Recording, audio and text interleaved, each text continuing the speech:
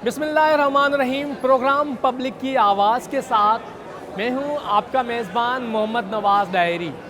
इस programme public की आवाज़ में करते हैं खल्क़े खुदा की बात, और इस बार जो खल्क़े खुदा की बात करने जा रहे हैं वो है कैरियर काउंसलिंग। जी हाँ, बचपन में हम फैसला करते हैं कि हमें डॉक्टर, इंजीनियर, वकील या कोई और प्रोफेशन चूज़ करना है, और जब हम मैट्रिक में पहुंचते हैं तो कुछ और सोच रहे होते हैं, और जब हम इंटर में पहुंचते हैं तो शायद पायलट बनने का मंसूबा बना लेते हैं, और जब हम पता चलता है कि ग्रेजुएशन में कहीं और कॉमर्स की डिग्री कर लिए और आखिर में कुछ और बन जाते हैं। जी हाँ, प्रोग्राम पब्लिक की आवाज़ में आज करेंगे गुफ्तगू कि कैरियर काउंसलिंग की अहमियत क्या है, नौजवानों को अपने कैरियर में किस कैरियर में जाना चाहिए और किस कैरियर को किस तरीके से अडॉप्ट करना है, उसका प्रोसेस क्या है, और कैरियर को काउंसिल कैसे किया जाता है, कौन नौजवान किस कैरियर के लिए बनाए, किस प्रोफेशन के लिए बनाए, इस तमाम तर सूरत हाल पर करेंगे गुफ्तगू। मार्केट क्या चाहती है नौजवानों में वो भी दिखाएंगे, और करेंगे एक्सपर्ट्स से गुफ्तगू, और पूछेंगे लोगों से, नौजवानों से, कि क्या आपको तालीमी इदारों में भी एंटरप्रेन्योरशिप के हवाले से कोई बताया जाता है, क्या उस पर गाइड की जाती है, और रोज़ नौकरी की तलाश में लगना है या कारोबार भी करना है। तो हमारे साथ प्रोग्राम पब्लिक की आवाज़ में अपने मेज़बान मोहम्मद नवाज़ डायरी के साथ जुड़े रहिए। आज का खुसूसी प्रोग्राम कैरियर काउंसलिंग के नाम, हमारे साथ जुड़े रहिए। जी, हम आज प्रोग्राम पब्लिक की आवाज़ में कर रहे हैं गुफ्तगू कैरियर काउंसलिंग के हवाले से कि कैरियर काउंसलिंग कितनी अहमियत की हामिल है। हमारे साथ यंगस्टर्स मौजूद हैं, लड़कियां मौजूद हैं, आइए इनसे जानते हैं कि इनको कैरियर काउंसलिंग के बारे में पता है। बहुत शुक्रिया आप लोगों का, आपने प्रोग्राम पब्लिक की आवाज़ के लिए टाइम निकाला। कैरियर काउंसलिंग कितनी इंपॉर्टेंट है, क्या बनना चाहती हैं आप?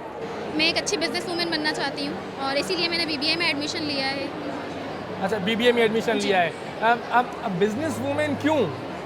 क्योंकि आजकल स्कोप ज़्यादा बिजनेस का ही है, तकरीबन लोग बिजनेस की ही तरफ आ रहे हैं। अच्छा, आप बताइएगा एंटरप्रेन्योरशिप की अहमियत क्या है, और आज तक किसी ने गाइड किया है एंटरप्रेन्योरशिप के हवाले से? जी, हमने उसके बारे में पढ़ा है।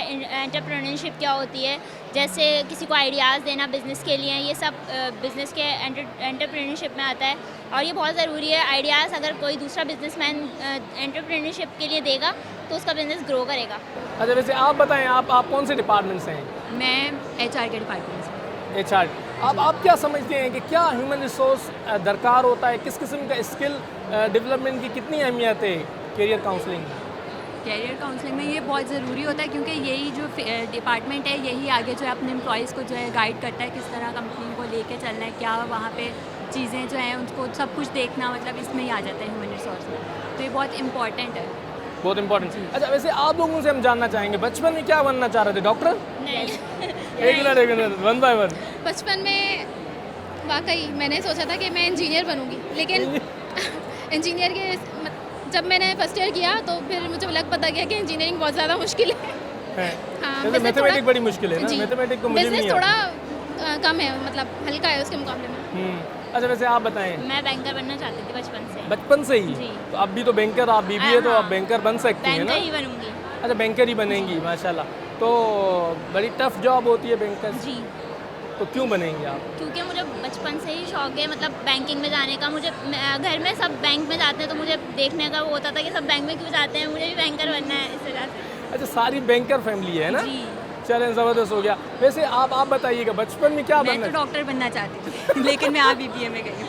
अच्छा, डॉक्टर। ये क्या मसला है, बचपन में कुछ और होते हैं, बंदा चाहता है, बड़े होकर कुछ और हो जाता है, क्या है कैरियर काउंसलिंग का लैक नहीं है आपको क्या लगता है? ये तो एक नेचुरल चीज़ है, हम सोचते कुछ और हैं, होता कुछ और है आगे। अब ज़ाहिर है हम जो बचपन से सोचते हुए आ रहे हैं वही चीज़ तो नहीं हो सकती। अब क्यों नहीं हो सकती?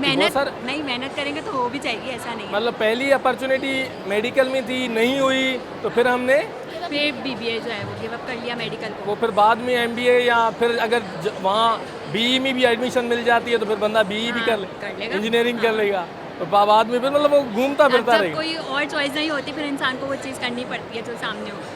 अच्छा, मतलब यही मैं जानना चाह रहा हूँ, मेरा प्रोग्राम का मौजू भी यही है कि कैरियर काउंसलिंग में फ्लॉप क्यों होते हैं हमारे नौजवान?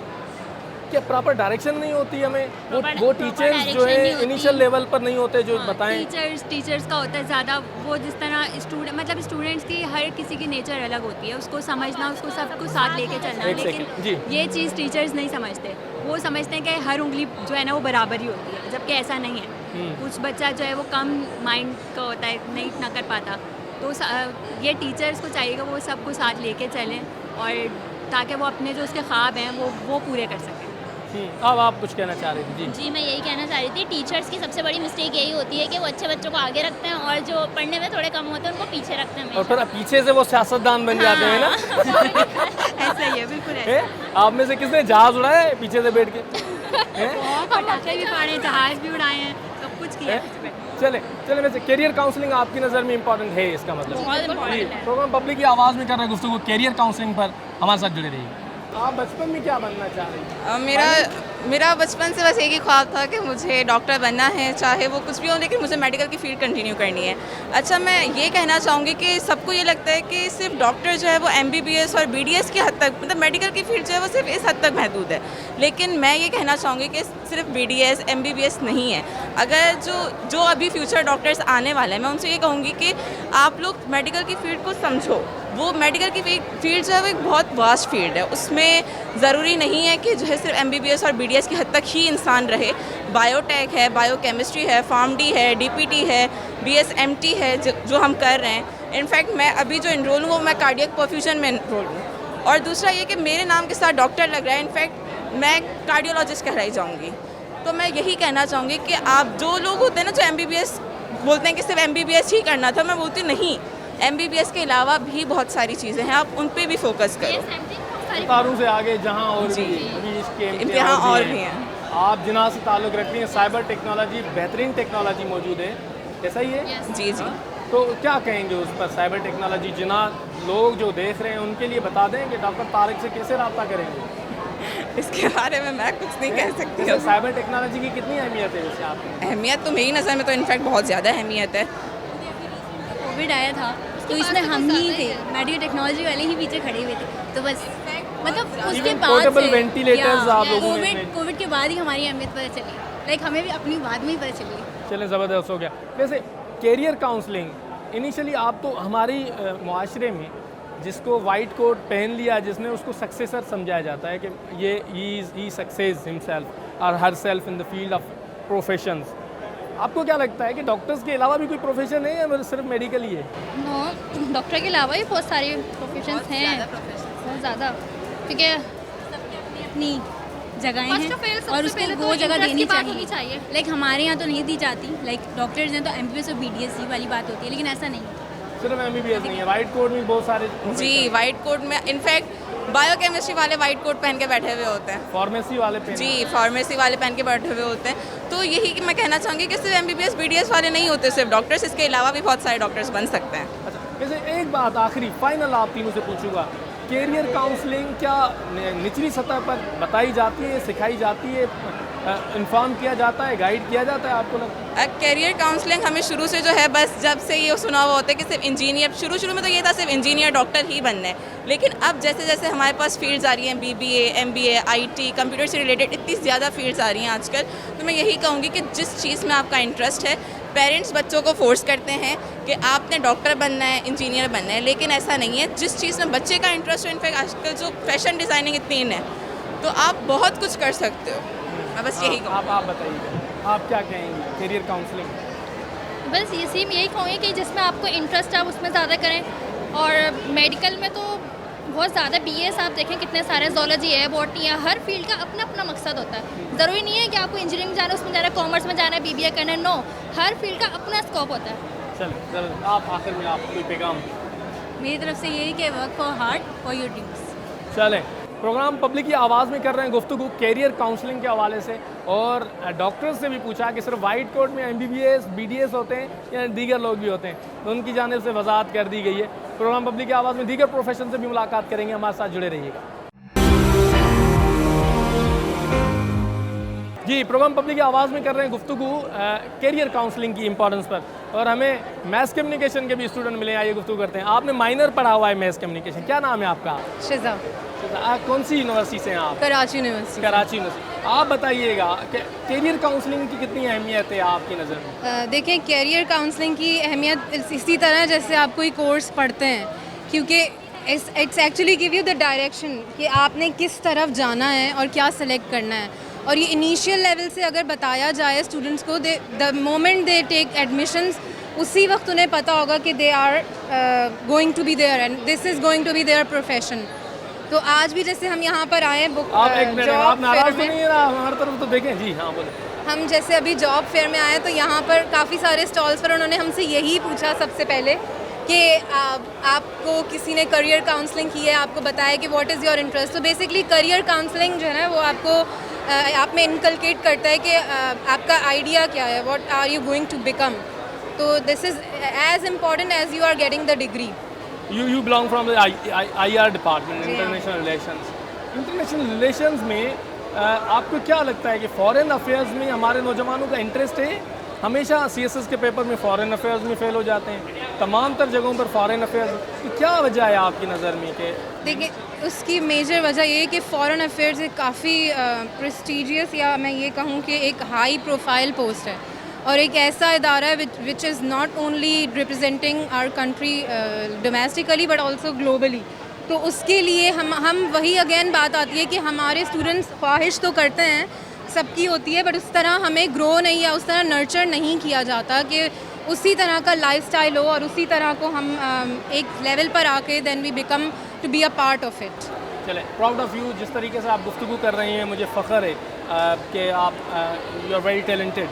आखिर में मैं जानना चाहूँगा, निचली सतह पर करियर काउंसलिंग की जाती है या नहीं? माजी में, बचपन में क्या बनना चाह रही थी आप? मेरा अपना ऐसे कोई डायरेक्शन नहीं थी। ऑनेस्टली स्पीकिंग, डायरेक्शन तो खैर बड़े होते होते हमें पता चल जाती है, बट लड़कियों को यही कहा जाता है डॉक्टर बनना है और लड़कों के लिए होता है कि इंजीनियर बनना है। तो हमारे घर में भी इसी तरह था कि parents just give the idea कि अगर ये कर लोगे तो अच्छी बात है, नहीं तो बाय द चांस। जैसे जैसे बड़े हुए तो उन्होंने फिर यही कहा कि what ever is your interest, go for it. तो अगेन वही बात है कि करियर काउंसलिंग पर इनिशियल लेवल से ही आपकी फैमिली या आपके एकेडमिक्स भी इस चीज़ को प्रोवोक नहीं करते कि ये इस पर होनी चाहिए तवज्जो। व्हाट इज़ योर इंटरेस्ट, अब बताएं हमें।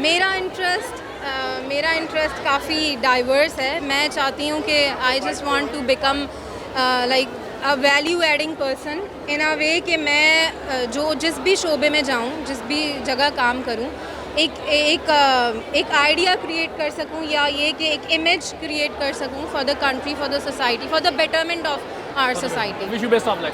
करियर काउंसलिंग पर गुफ्तगू कर रहे हैं, इंटरनेशनल अफेयर्स की कितनी इंपॉर्टेंस है करियर में, उस पर गुफ्तगू कर रहे हैं। हमारे साथ जुड़े रहिए प्रोग्राम पब्लिक की आवाज़ में। प्रोग्राम पब्लिक की आवाज़ में कर रहे हैं गुफ्तगू करियर काउंसलिंग के हवाले से, और हमें कंसल्टेंट जो एजुकेशन बाहर कोई पढ़ने जाना चाहता है तो उनकी कंसल्टेशन के लिए एक कंसल्टेंट मौजूद है। इनसे गुफ्तगू करते हैं कि अमूमन स्टूडेंट्स की क्या लूप होल्स होते हैं, क्या रिक्वायरमेंट कम होती है जिसकी वजह से वो रह जाते हैं किसी बाहर की यूनिवर्सिटी में पढ़ने के लिए, और इस वक्त टॉप रैंकिंग में कौन कौन सी यूनिवर्सिटीज़ आ रही हैं। इस तमाम तर चीज़ पर गुफ्तगू करेंगे प्रोग्राम पब्लिक की आवाज़ में। सर, बहुत शुक्रिया, आपने प्रोग्राम पब्लिक की आवाज़ के लिए टाइम निकाला। You are looking handsome and माशाल्लाह ज़बरदस्त यंग मैन। क्या नाम है आपका? मेरा नाम उमर है। उमर, मुझे ये बताइएगा कि अमूमन स्टूडेंट्स को ख्वाहिश होती है कि बाहर के किसी यूनिवर्सिटी में पढ़ें, उनको क्या करना चाहिए, क्या क्या बेसिकली वो रिक्वायरमेंट्स हैं जो उसको फिल नहीं कर पाते? पहले तो मैं बता दूं कि मेरा नाम उमर है और हम लोग सन कंसल्टिंग की तरफ से आए हैं। सन कंसल्टिंग बेसिकली एक कैनेडियन इमिग्रेशन कंसल्टेंसी फर्म है जो कि लास्ट 35-36 ईयर से काम कर रही है। हमारा काम इमिग्रेशन, स्टूडेंट वीज़ा और बाकी वीज़ाज़ पे। अब क्वेश्चन चूँकि स्टूडेंट वीज़ा से रिलेटेड है, तो स्टूडेंट वीज़ा में जो दो चीज़ें वो बहुत मैटर करती है। एक, आपकी फाइनेंशियल स्टेबिलिटी क्या है, आपके पास बजट कितना है। दूसरा, आपके ग्रेड्स, आपकी GPA और आपकी परसेंटेज कितनी है। लो परसेंटेजेस पे या फिर लो फाइनेंसेस पे वीज़ाज़ रिफ्यूज़ होते हैं। अगर आपके एकेडमिक गैप्स हैं, एजुकेशन में गैप है, आपने लो परसेंटेज लिया हुआ है, या फिर 3-4 साल बाद आप इंटर के बाद बैचलर्स करना चाह रहे हैं, फिर उसके 10 साल बाद मास्टर्स करना चाह रहे हैं, तो ऐसी सिचुएशंस में लोग अप्लाई तो कर सकते हैं लेकिन उनका वीज़ा नहीं मिलता। अच्छा, वैसे इन द एंड आखिर में कोई भी यंगस्टर जिसकी ख्वाहिश है कि बाहर किसी यूनिवर्सिटी में पढ़े, तो कनाडा की टॉप यूनिवर्सिटीज़ कौन सी हैं? देखिए, अगर किसी को टॉप यूनिवर्सिटीज़ में पढ़ना है तो सबसे पहले तो उसकी जीपी या ग्रेड भी इस हिसाब से टॉप पे आने चाहिए। बाकी यूनिवर्सिटी ऑफ वाटरलू है, यूनिवर्सिटी ऑफ टोरंटो है, मैकगिल है, मैकमास्टर है, साइमन फ्रेजर है, यूनिवर्सिटी ऑफ ब्रिटिश कोलंबिया है। यूनिवर्सिटीज़ कनाडा में ख़ास बात यह है कि यहाँ पे ब्रांड का चक्कर नहीं है। यहाँ पे आपकी एजुकेशन डिपेंड करती है कि आप क्या करियर बनाओगे।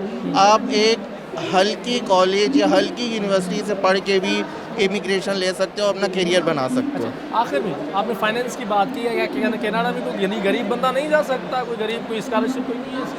ये जो पूरी दुनिया है, स्पेशली ये कनाडा, ऑस्ट्रेलिया, अमेरिका, यूके, इनकी जो बजट का इनका जो इनकम का हिस्सा है वो स्टूडेंट वीज़ा से आता है। ये लोग सर्वाइव ही इंटरनेशनल स्टूडेंट पे कर रहे होते हैं, तो ऑब्वियसली अगर ये फीसेस कम कर देंगे तो इनका बिजनेस है ना, एक तरह से इनकी इकॉनमी है।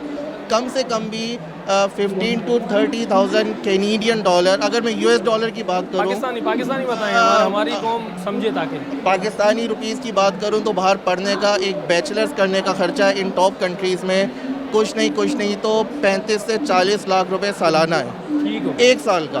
अब इसको मल्टीप्लाई करते 4 साल से, ज़बरदस्त। ठीक है। 35 से 40 लाख रुपए का खर्चा है बाहर मुल्क पढ़ने का, लेकिन बाहर जाने के लिए स्कॉलरशिप भी अनाउंस होती हैं मुख्तलिफ कंट्रीज़ की तरफ से, तो यंगस्टर्स जा सकते हैं। हमारे साथ जुड़े रहिए प्रोग्राम पब्लिक की आवाज़ में, कर रहे हैं गुफ्तगू करियर काउंसलिंग की अहमियत, यंगस्टर्स कहाँ खड़े हैं।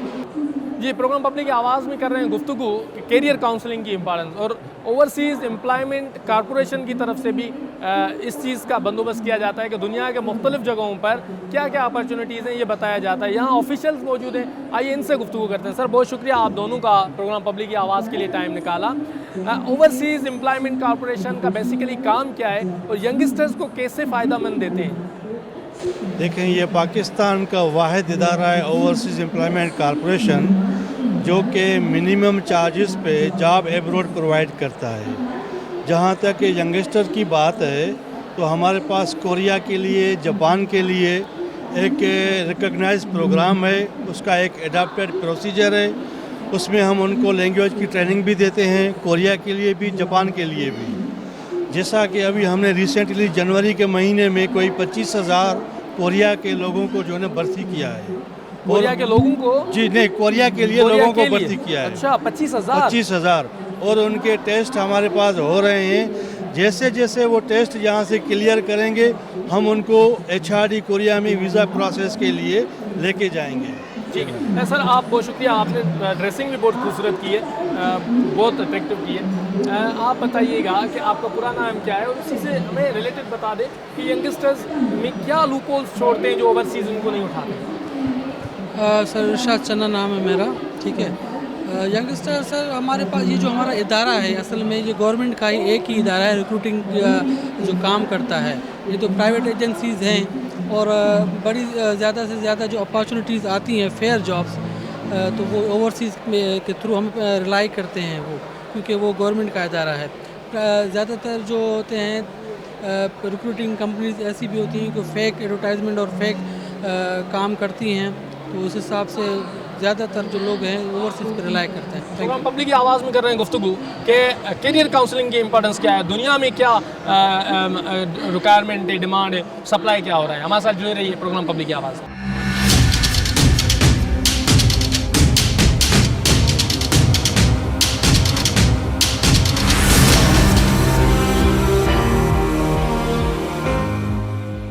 जी, प्रोग्राम पब्लिक की आवाज़ में कर रहे हैं गुफ्तगू के करियर काउंसलिंग की इंपॉर्टेंस क्या है।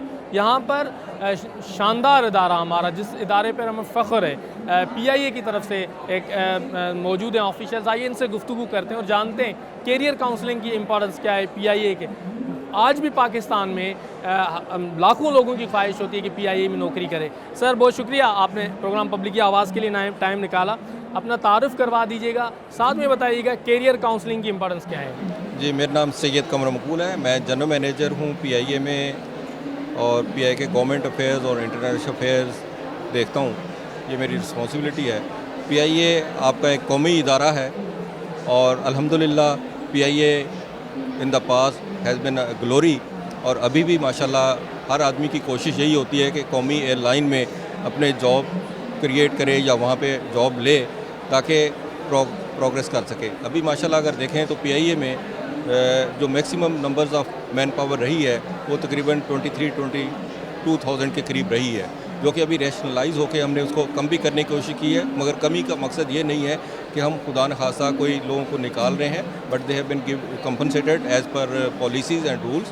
और फ्यूचर में हम ये समझते हैं कि PIA इंशाल्लाह तरक्की करेगा, वापस अपने ग्लोरी पे आएगा और हमारे पब्लिक के लिए, पाकिस्तानियों के लिए जॉब अपॉर्चुनिटीज़ बहुत ज़्यादा इंशाल्लाह एक्सप्लोर होंगी। हमारे साथ एयर होस्ट भी मौजूद है, उनसे भी गुफ्तगू करेंगे, लेकिन उनसे पहले सर कैसे हैं आप? अल्लाह का शुक्र। Your good name and your designation? Aamir Memon ji, मैं जनरल मैनेजर ब्रांड हूँ PIA का, और मैं यहाँ स्टॉल पे अपने आया हूँ एक्सपो सेंटर में PHC जॉब फेयर में। चले सर, मुझे ये बताएं कि ब्रांड्स के हवाले से, मार्केटिंग के हवाले से यंगस्टर्स के लिए क्या होता है? आप क्या समझते हैं, क्या लूप होल्स हैं जहाँ पर यंगस्टर्स अपनी अपॉर्चुनिटीज़ मिस कर देते हैं? सर, मैं इस कौम से बड़ा नाराज़ हूँ कि ये MA MBA तो कर लेते हैं लेकिन जॉब स्पेसिफाइड ट्रेनिंग नहीं करते हैं, जिसकी वजह से हमारे इदारों में, जब हमारे जैसे मल्टीनेशनल इदारों में लोगों को एम्प्लॉय किया जाता है तो उनकी नॉलेज नील बटा नील होती है। R&D जो है हमारे पास बहुत कम है। हमारा PI ट्रेनिंग सेंटर है, हम एयरलाइन स्पेसिफिक ट्रेनिंग्स देते हैं लोगों को। आज उसका स्टॉल भी हमने अपने स्टॉल के साथ लगाया हुआ है। इसके अंदर बेपनाह कोर्सेज होते हैं और जॉब मार्केट, दुनिया भर की जॉब मार्केट में हम इंजीनियरिंग की ट्रेनिंग कराते हैं, जिसकी टेक्नीशियन की जिसकी बहुत बड़ी मांग है। इंजीनियर्स बनाते हैं हम, जिसकी बहुत बड़ी मांग है। एयर होस्टेस भी मौजूद हैं, बहुत सारी लड़कियों की ख्वाहिश होती है एयर होस्टेस बनना। इनसे पूछते हैं कि कैसे एयर होस्टेस बना जा सकता है, एक्सपीरियंसेस हमें बताएं, क्या क्या ख़तरनाक एक्सपीरियंसेस रहे हैं, कितना टाइम हुआ है आपका, कि फ्लाइंग ओवर होता है क्या, और किस तरीके से कैलकुलेट होती है? कैलकुलेट होता है, हमारा मंथली रोस्टर शेड्यूल आता है, तो अकॉर्डिंगली फिर हम फ्लाइंग करते हैं। अच्छा, कितना टाइम हुआ है PIA में आपको? मुझे 22 ईयर्स। 22 ईयर्स हुए हैं माशाल्लाह। तो क्या एक्सपीरियंस रहा? बहुत अच्छा एक्सपीरियंस रहा, बहुत ही अच्छा, स्मूथ सारी फ़्लाइट्स रहीं, कभी भी कोई इमरजेंसी फेस नहीं करनी पड़ी और बहुत अच्छा एक्सपीरियंस रहा। वैसे ओवरऑल दुनिया का घूमना, एक्सप्लोर वो तो करना सबसे अच्छा है, वो तो सबसे बेस्ट थिंग है। इस जॉब की सबसे अच्छी चीज़ ही घूमना फिरना है। घूमना फिरना है ना। तो वैसे जो लड़कियां हैं उनको क्या सजेस्ट करेंगी कि एयर होस्टेस बनने के लिए क्या चीज़ें ज़रूरी हैं? आपकी एजुकेशन अच्छी होनी चाहिए, आप गुड लुकिंग होने चाहिए और आपकी हाइट अच्छी होनी चाहिए, तो आपको इस पे काम करना चाहिए। अच्छा, वैसे क्वालिफ़िकेशन, एजुकेशन? क्वालिफ़िकेशन डिपेंड करता है कि क्या वो ले रहे हैं। अभी ग्रेजुएशन है, कभी इंटर होता है, तो आजकल एजुकेशन ग्रेजुएशन है। वैसे सेफ्टी कितनी इम्पोर्टेंस है आपकी? सेफ्टी सबसे ज़्यादा इम्पोर्टेंट है। फ्लाइट में बैठते हैं तो आदमी इशारा करके बताते हैं नीचे से गिरेगा, बिल्कुल, सेफ्टी सबसे पहले है, उसके बाद कंफर्ट है। जो सेफ्टी का ख्याल नहीं रखते ज़िंदगी में, उनको क्या पैगाम देंगे? क्योंकि सेफ्टी सबसे पहले है, नॉर्मल लाइफ में भी और जॉब में भी सबसे पहले सेफ्टी है। चलें, आप बताइएगा कितने अरसे से PIA से वापस हैं? मैं 10 साल से। 10 सालों से। कहाँ कहाँ फ्लाई किया है?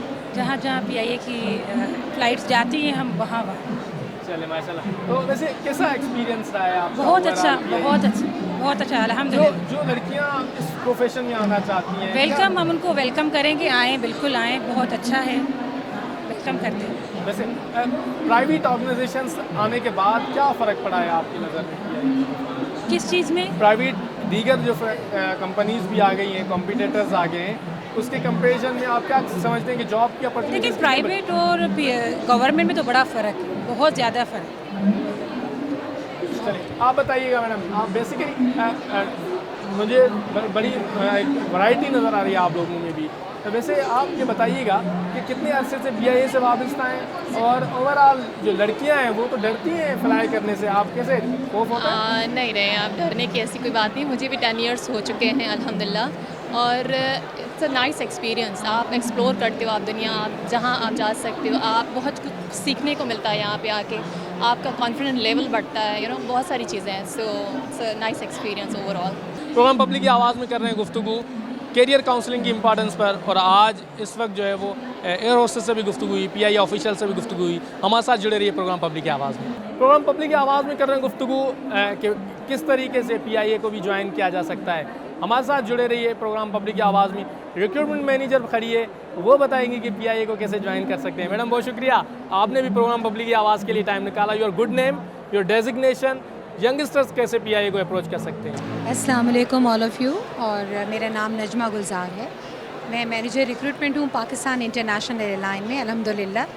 And on behalf of Pakistan international airline मुझे आपका फ़ोरम मिला है लोगों को बताने के लिए कि रिक्रूटमेंट जो पाकिस्तान इंटरनेशनल एयरलाइन की बड़ी फेयर तरीके से होती है, और उसके लिए जो हम एडवर्टाइज़ करते हैं वो हम जो हमारे रिनाउंड नेशनल न्यूज़ प्रेस हैं जिसमें जंग है, डॉन है, न्यूज़ है और भी बहुत सारी, तो उनको फॉलो करें, उसमें हमारे ऐड आते हैं। इसके अलावा हमारे जो वेबसाइट है पाकिस्तान इंटरनेशनल एयरलाइन की, उसमें करियर के अंदर जाके आप देखिए जो भी अपॉर्चुनिटीज़ हम पब्लिश करते हैं वो वहाँ पर मौजूद होती हैं।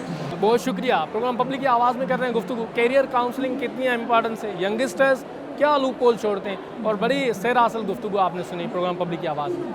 प्रोग्राम पब्लिक की आवाज़ में कर रहे हैं गुफ्तगू कि कैरियर काउंसलिंग की इंपॉर्टेंस क्या है। और मेरे फ्रेम में अगर आप देखें कि ये रेड कलर के हमें नज़र आ रहे हैं, जो हमेशा इनका सफ़र जो ज़मीन पे कम और आसमान में ज़्यादा होता है। बहुत शुक्रिया, आप लोगों ने प्रोग्राम पब्लिक की आवाज़ के लिए टाइम निकाला।